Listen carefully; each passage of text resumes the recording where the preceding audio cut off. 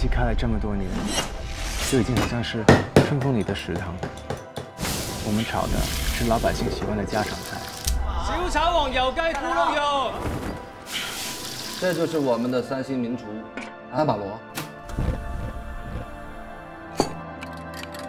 我们烧菜的呢，就一个目的，就希望吃的人吃得开开心心，其他的就别管。虽然这里都不是我们习惯的，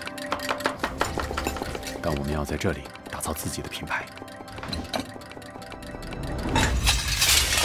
哎，两位大爷别搞我做生意啊！来自法国米其林3星大厨，来自后面7季满天星大厨。锅这么大，算不能犯规啊？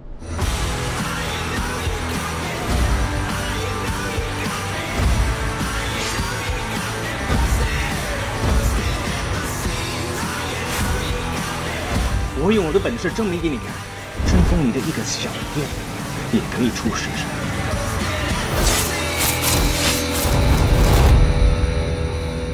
施主，你是什么人呐？吃货。